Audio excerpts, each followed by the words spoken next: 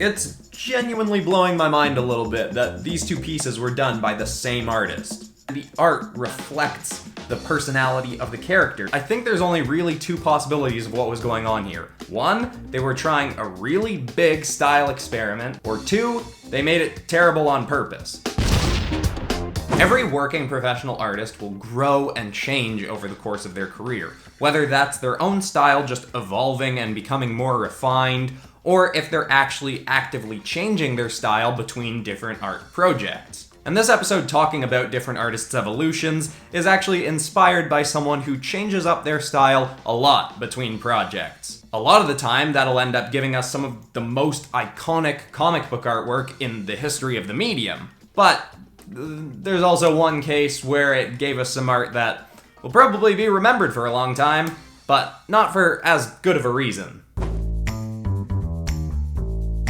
So Frank Miller has made a bigger impact in the world of comics than almost any other creator out there. He saved Daredevil from falling into obscurity, he gave us one of the most iconic Wolverine runs with Chris Claremont, he gave us 300, Sin City, The Dark Knight Returns. He's a powerhouse in the history of comics. And he got his start by working on Daredevil. And back then you can see he was kind of working in the sort of house style of Marvel in the 80s. It's not very Frank Miller looking, it just looks like normal late 70s, early 80s comic art. I really like this page in particular, and I noticed looking at a bunch of his work on Daredevil and Wolverine that he really likes this kind of page layout, where he has one big, tall vertical panel on the left side of the screen, and then on the right he's got a bunch of smaller panels, and I really like it here. Our eye kind of goes up through this arch to Daredevil, who's framed by this big orange moon, and then in the next panel, Daredevil's framed by the sort of gap between all these buildings. And then we've got two really cool looking, pretty simple but really nice poses. And this panel here is the only one where Daredevil is actually breaking out of the panel, and it's the last panel we see Daredevil in on this page. And it's probably the most dynamic pose of the batch. And another thing I noticed looking at Frank Miller's earlier work, which he does later on as well, to make an image look really impactful, he'll just leave the background blank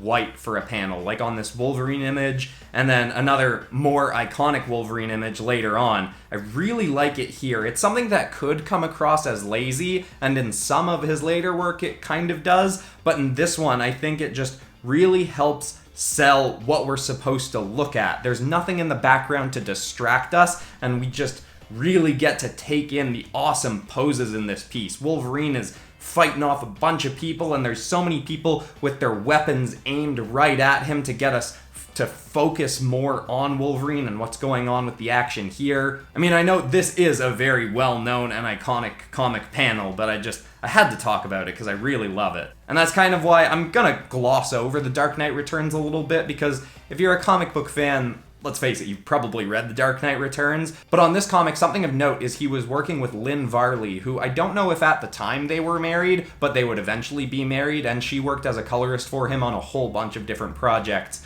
And I think this is one of their best pairings together. Her colors and his art and his writing, it's just such a perfect blend. And this shot right here, which is another very iconic comic panel, I think is just so great, particularly because of the way the capes emphasize the movement. You can really feel that Superman has just been ripped from the left side of the page to the right by this huge punch from Batman, and Batman's swing is emphasized by the fact that his cape is still off to the right. And it also really, their two capes really sell the flow of this image, and you can really feel this hit even without any swoosh lines or drawn in impact effects. And of course it's got that blank white background again, which I think for this image worked really well. And then after this, Miller would give us Sin City and 300, but then, eventually, in 2001, Miller and Varley would give us The Dark Knight Strikes Again,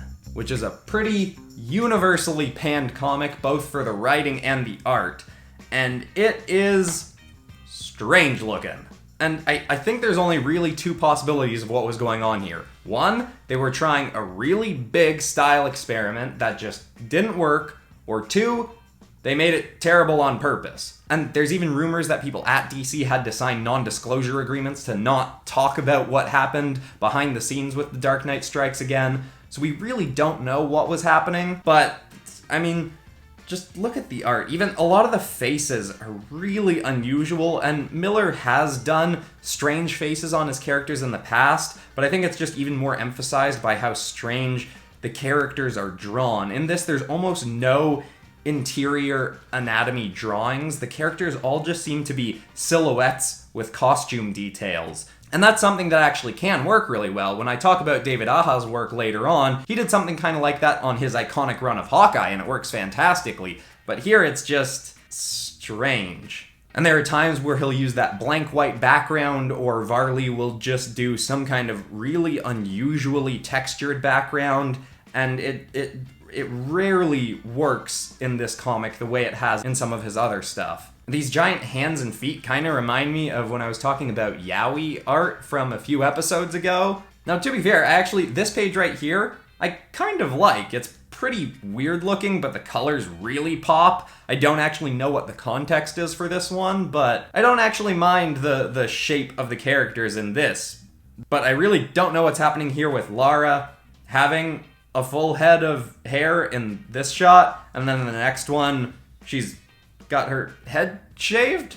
There's a lot of strange stuff like that in this comic. Maybe they were just really rushed. I've heard people talking about how Miller actually finished the comic on an airplane ride to go hand it in, but honestly, my best guess, because Frank Miller does experiment a lot from comic to comic, I would say it's likely that this was a really big leap of an experiment that just didn't go so well. And I really like when artists will experiment from one project to the next with their art, but maybe it wasn't the best idea doing that with a sequel to one of the biggest comics in the history of comics. But either way, I don't think it's too much of a problem, because Frank Miller is definitely going to be remembered more for the fantastic stuff that he's given us than for this. It's genuinely blowing my mind a little bit that these two pieces were done by the same artist. I mean, I've been a big fan of Matteo Scalera for a while now, because I read Black Science a while back, and his art in that is so gorgeous. But when I went to look up what his first comic was and found Hyperkinetic, I was just shocked, because when I think about Matteo Scalera's art, the first thing that comes to my mind is heavy textures and heavy ink. And there is neither of that in this artwork. It's all very cartoony, and there's very little detailing done in the inks, and the characters are very cartoony and sharp, and that's something you can see between this and Black Science. The characters in Black Science, while they're a lot more detailed looking, you can still see they have a cartoony-ish feel and shape to them. They're kind of angular, their faces are pretty sharp, they have exaggerated expressions, but it's nowhere near what he's doing in Hyperkinetic. And I'm not saying anything against the work in Hyperkinetic. I really love it as well. As someone who works generally in cartoonier styles, I really like this and I want to go back and read it. It's just, I just can't believe it's Matteo Scalera. And I'll put up on screen now a bunch of his single, just inked drawings of characters, because that's some of the stuff of his I love the most. Especially here in this She-Hulk drawing. The way he uses the inks to emphasize the move of everything, I think is so great. And admittedly, I don't even totally understand what's happening in the drawing. It's like there's a bunch of rocks above She-Hulk, and it almost looks like she's bringing them down with her to hit someone. I don't totally get what's happening, but I love her expression, I love the shape of everything, and just the way he does his cross-hatching is so appealing to me personally. That's obviously a personal bias, but I really like his solo inked stuff, and especially when you pair it with a painterly style like Dean White's coloring on this image here, I think his stuff is just so gorgeous. Now, Jae Lee is an artist whose style has evolved hugely over the course of his career. He started at Marvel in the early 90s working on Namor, and nowadays he's more well known for his covers on things like Batman, Superman, and Wolverine, and he illustrated what is generally considered the definitive run of the Inhumans. But I think it's really interesting looking back at his old 1992 Namor cover in comparison to his 2010 Namor covers. And this is very much another case, like with Frank Miller, an artist who's breaking into the industry and trying to draw like the generally accepted art style of the time. But of course, Frank Miller was getting into the industry in the early 80s, and Jae Lee was jumping in the 90s, when everything was very grisly and edgy and dark and gritty, and you can very much see Jae Lee trying to draw in that style. And this is just one of the cases where it really didn't work, and that's largely because of the lighting. In most of this piece, it seems implied that the lighting is coming from the upper right of the image, keeping in mind where the shadows are on his legs and his back, but then his face and part of his chest just have this huge section of black on them, seeming to imply that there's a really, really intense shadow there. But the only way that that's really possible, given what we're seeing with the rest of the shadows, is if just off frame there's some big object obscuring the light, casting a shadow onto him there.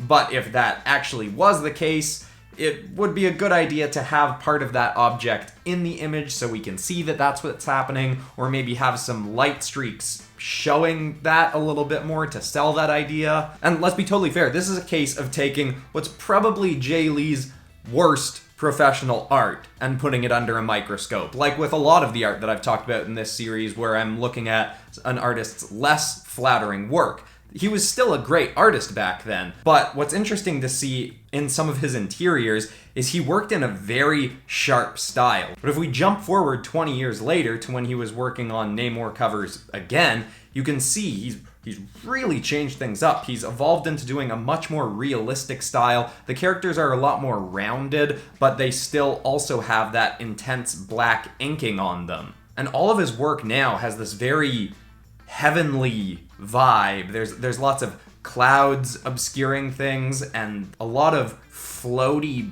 background textures. And all this stuff now feels very, I don't know, artsy and contemplative. Like it's a lot of characters thinking about something. But I think it's really interesting seeing how far he's come in terms of his style. And that's a good thing for artists to keep in mind. You don't have to be a perfect artist going into the industry. I mean, even in my episode last week where I looked at some of the old animations I've been paid for, some of those were really terrible looking. But being a professional artist isn't about being incredible right off the bat. It's just about finding people that are willing to pay for the art that you can make at the time, and then improving as you go through your career. Jae Lee, despite starting off doing some stuff that looked like this, is now a very well-regarded comic book artist. Same artist, Immortal Iron Fist and Hawkeye. And both of these runs, with art done by David Aja, are very iconic for these characters. They're probably the definitive runs of each of the characters. The Hawkeye one is probably more well-known, and it's actually the comic that I believe they're using to inspire the upcoming Disney Plus Hawkeye TV series. But the style difference is crazy, and what I think a good thing to look at is both comics, the style is inspired by the kind of character that the story's about. So if you look at the Immortal Iron Fist, where there's a lot more inked textures, and the characters are a bit more realistically shaped, just take a look at the writing of what Iron Fist is thinking. He thinks, "My name is Daniel Rand, and my arsenal of kung fu is rich and deep. I pray to God that it will be enough." He's very stoic and serious, and the art style reflects that. And then if we move over to Hawkeye, you've got a character that says stuff like, "Okay, this looks bad. Really, really bad. But believe it or not, this is only the third most terrible idea I've had today.